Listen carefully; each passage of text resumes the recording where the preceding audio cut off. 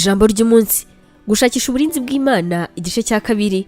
Gusobanukirwa neza ibi, soma Zaburi igice cya 27 uhereye ku murongo wa 14. Ese mu buzima bwacu ni gute tuvuga uburinzi butangaje bw'Imana yacu? Amagambo 7 kuri ibi ngibi yadufasha cyane. Irya mbere ni ukwisukura. Ibaza uti, ese koko hari ikintu kiri gutuma ntita ku ijambo ry'Imana? Ahangaha sa Imana kugusukura, uyibwira uti nsukura Mana, mfasha numva gushaka kwawe.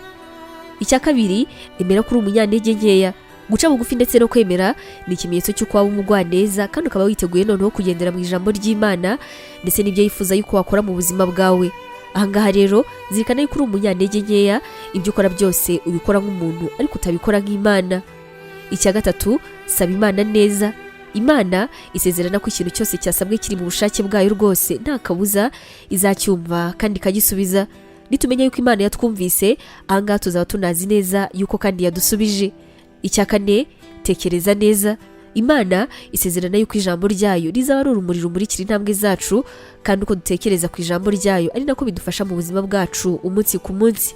Soma Mariko igice cya 11 ku murongo wa 22 kugeza ku wa 23, uraza gusobanukirwa neza ibi. Hatubwira yuko iyo dusabye tugomba no kwizera ko rwose Imana izaduha ibyo twasabye. Muri Izayi igice cya 64 ku murongo wa 4 havuga yuko Imana idasubiza mu gihe cyose twabashije gutegereza. Havuga yuko Imana idusubiza mu gihe cyose twabashije gutegereza.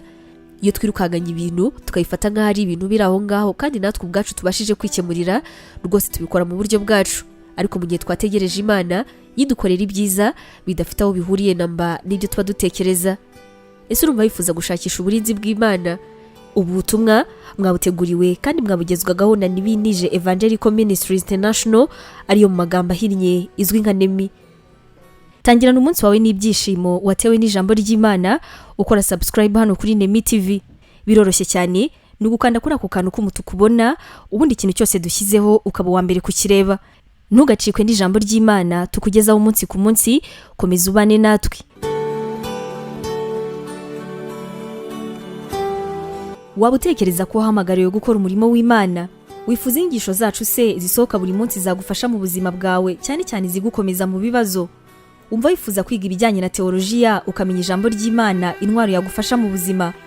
Duhereye kuri iki kibazo cya nyuma, niba igisubizo cyawe ari yego, ngufitiye inkuru nziza cyane. Iyi nkuru nuko tugufitiye ishuri rya teolojiya kandi wigira ku buntu.